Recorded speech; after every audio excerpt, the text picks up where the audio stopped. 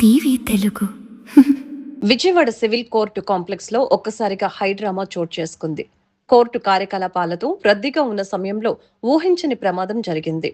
విద్యుత్ సరఫరా ఒక్కసారిగా నిలిచిపోవడంతో 8వ అంతస్తులో లిఫ్ట్ మొరాయించి నిలిచిపోయింది.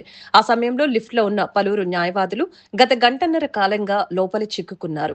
8వ అంతస్తు కావడంతో గాలి అందక ఊపిరాడక న్యాయవాదులు తీవ్ర అవస్థలకి గురయ్యారు.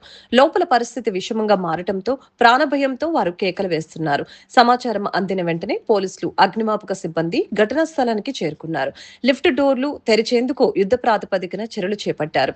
లోపల ఉన్న వారికి ప్రాణవాయువు అందేలా రెస్క్యూ టీం పైపుల ద్వారా ఆక్సిజన్ సరఫరా చేస్తోంది. కోర్టు ఆవరణలో భారీగా చేరుకున్న తోటి న్యాయవాదులు మరియు సిబ్బంది తీవ్ర ఆందోళనలో ఉన్నారు. గంటన్నర గడుస్తున్నా ఇంకా న్యాయవాదులు బయటకు రాకపోవడంతో అక్కడ ఉత్కంఠం కొనసాగింది. కొద్దిసేపటి తర్వాత రెస్క్యూ టీం లిఫ్ట్ డోర్ తెరిచి న్యాయవాదులను బయటకు తీసుకువచ్చారు.